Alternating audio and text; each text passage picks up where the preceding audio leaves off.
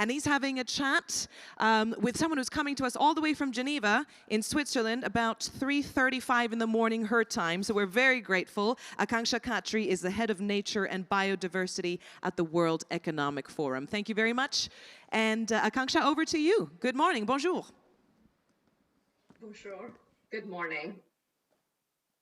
It is my pleasure to be launching this very important research project, New Nature Economy, Asia's Next Wave, which, as you rightly said, the World Economic Forum has produced in fantastic collaboration with Temasek and AlphaBeta. This research builds on our previous global research done over the period of 2019-2020, which set out to make the business and economic case for safeguarding nature. And to do so, we decided to use the language most familiar to businesses, that is of risks and opportunities that the businesses are exposed to as part of their operations and multiple other dimensions. And the good news from all of these reports is that they demonstrated that addressing nature loss is a substantial business and investor opportunity. It's not just a money sink. That doing good for the planet can lead to a resilient economic and societal recovery too. Next slide, please. So why is it that nature matters for business? Nature is declining at an unprecedented rate. According to IPBES report, which was referenced to earlier as well, the most comprehensive science to date, nearly 1 million species are at risk of extinction due to human activity. Earth system scientists have warned that the Amazon rainforest, the world's coral reefs, and the boreal forest biomes, which are the most critical ecosystems, are all fast approaching the cusp of irreversible tipping points that have far-reaching effects on the economy, society, and life as we know it. The consequences are not just alarming for environment, it has a significant impact on business and humanity as a whole. According to the World Economic Forum's annual Global Risk Report, biodiversity and nature loss was counted in the top 3 risks according to business leaders. This is when they are looking at the coming decade. And when I say risks, how do we break it down? 4 risks which matter the most to businesses. 1, within their own operations. 2, regulatory risk. The 3rd, consumer demand. And the 4th is on capital markets. Next slide, please. So we have often talked of the connection between climate change and nature loss. Of the 5 direct drivers of nature loss that the scientists have identified, climate change is currently responsible for about 11 to 16% of biodiversity loss. However, this share is expected to only increase, making the decarbonization of our economy essential to limiting long-term nature loss. Yet, as important and daunting as the decarbonization of the economy definitely is, it is not sufficient. We have to equally look at the other drivers of nature loss concurrently. There is an urgency to look at pollution and land use transition, especially in Asia Pacific. Next slide, please. So here are the 5 key findings at a glance. First, there is no business as usual. There is no future for it. Second, fundamental transformation is needed across 3 key socioeconomic systems that Dr. Fraser will go into in detail in just a short while. Third, Asia Pacific could unlock $4.3 trillion of value and around 232 million jobs by 2030 if it chooses to go away from business as usual and towards a nature positive pathway. And fourth, there is about $1.1 trillion of capital investment which is required to support the business opportunities identified. And I'm sure all those gathered in the room would agree to the urgent need for this capital investment as well. And lastly, but very importantly, since the DPM also spoke about it, we need innovation. We need innovative solutions that can unlock the investment in Asia Pacific. But within this, regulatory solutions are absolutely crucial.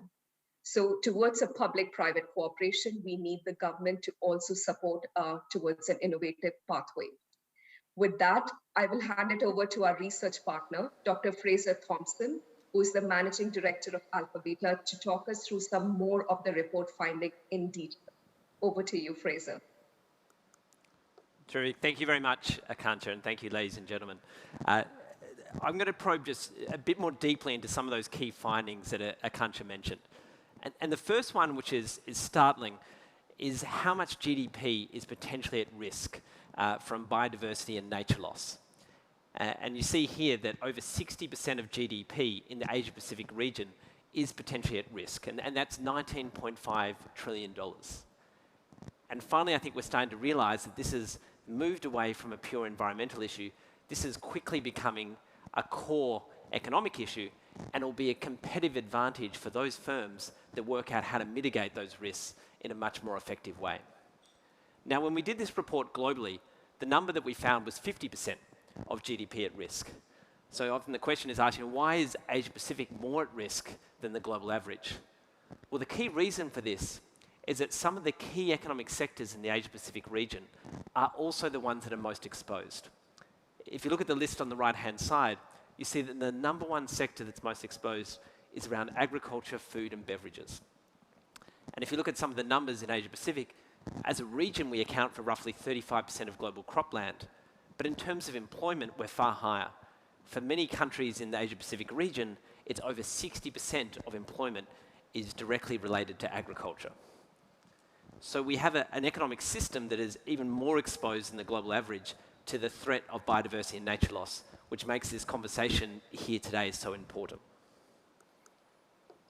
Now, as Akanksha mentioned, we focused on 3 systems to look at what are the business opportunities and what needs to shift. And those are food, land and ocean use, infrastructure in the built environment, and energy and extractives.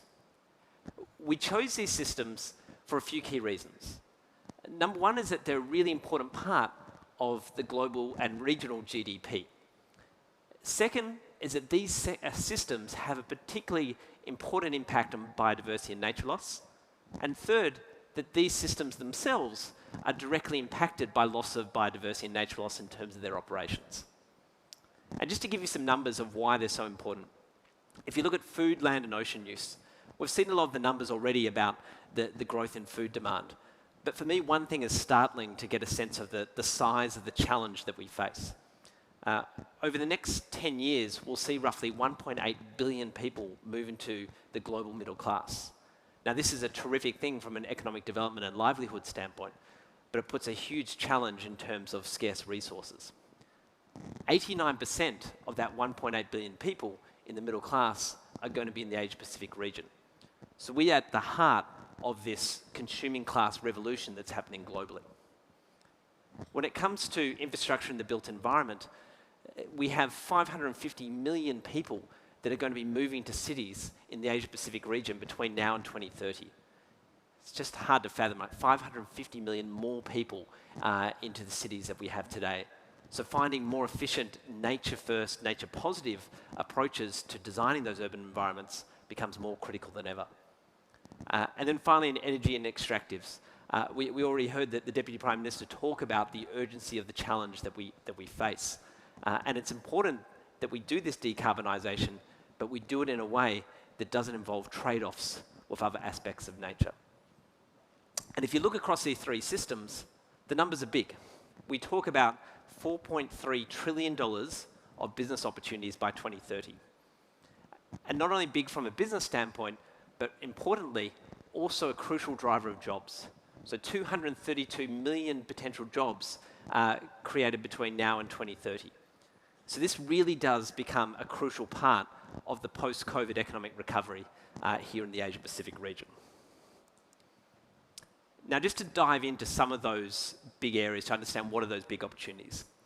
If you look at the top 10, we looked at 59 opportunities in total, but the top 10 are really sort of punching above their weight in terms of their share of the total prize. The top 10 alone account for $2.2 trillion, or over 50% of that total opportunity. Now, I'm not going to go through all of them, but I just wanted to touch on a couple that I think are really interesting to note. the biggest opportunity is around expansion of nature-positive renewables. Now, we all know about the importance of renewable energy development.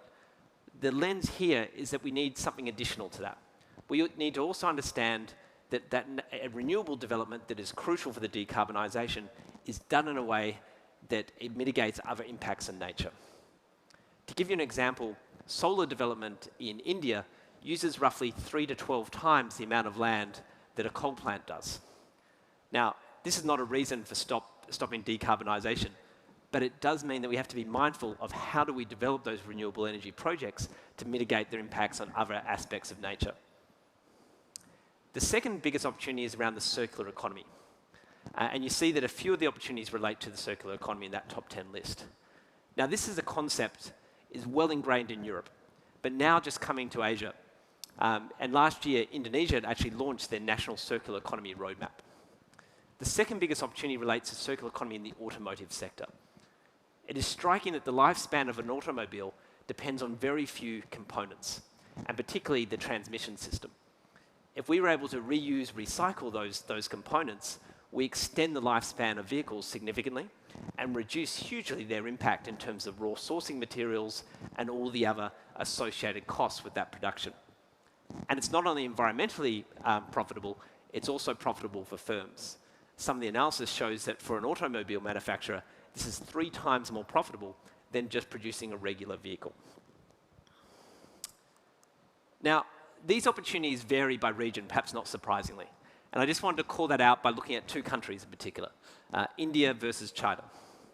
If you look at India, you see the 3 top opportunities there, perhaps not surprisingly, relate a lot to agriculture, given the importance of that for the overall Indian economy. The biggest one is around diversifying crop investment. What's interesting in India, but in also many places throughout the Asia Pacific, we have a lot of monoculture production. And these monocrops are actually bad for the deterioration of the soil and their ongoing soil health. But they're also bad from a dietary perspective, that we have an underconsumption of fruit and vegetables. And they're bad for farmers themselves, because you can actually get much better yields and much better returns from some of those other crops. So there's an opportunity to get a win for biodiversity, a win for nutrition, and also a win for farmer livelihoods. When we look at China, perhaps not surprisingly, we see a lot of opportunities related to the urban environment. We see energy efficiency in buildings, we see the circular economy in automotive, but we also see nature-positive renewables. And particularly when it comes to hydroelectricity, that becomes an important part of making sure that renewable energy development is nature first as well.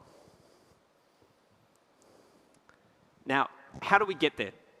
Well, a key component of that is capital investment. So this is the right place to have this kind of discussion.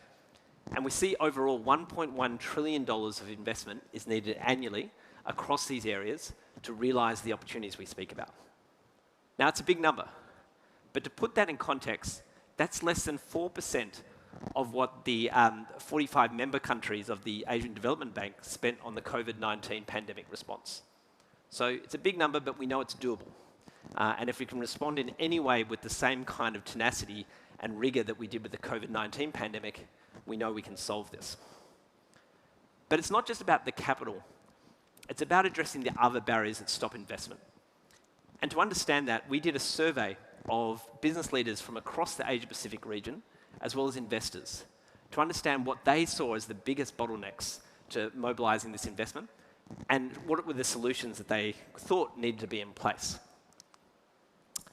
Here is what they said in terms of solutions. We put them into 3 buckets. There's regulatory solutions, market mechanisms, and information solutions. What's striking for me from this slide is if you look at that group up the top, those dark blue ones around the regulatory solutions, how important they are. So the importance of new externality pricing models, the importance of biodiversity reporting standards being harmonised. So at the moment, we have a bit of a mishmash of reporting standards, which have a lack of harmonisation, which is bad for investors. It's bad for businesses because of the duplication of work, and it doesn't get us to the kind of transparency that we need. But there's also other aspects beyond regulatory solutions. So market mechanisms, cross-border carbon exchanges. We already heard earlier today about what Singapore is doing on that front, and also information solutions. So really building awareness of what biodiversity risks actually mean. It's striking that number of over 60% of GDP is at risk, Yet when we look at an individual company, we have very limited information to understand exactly their exposure to these concerns. So there's a range of things that can be done, and what's clear from this is that businesses can't do it alone. We truly have to have that partnership between government, business, and civil society if we're going to drive the scale of the challenge and the opportunity that we need. So with that, I'll finish up there. Lastly, I just give you the link to the report. You can scan that with your phone. And for anyone who'd like to have any further follow-up or questions about the report, feel free to contact myself or my colleague Shivin. With that, thank you everyone for your time. Thank you very much, Dr. Thompson. We appreciate that.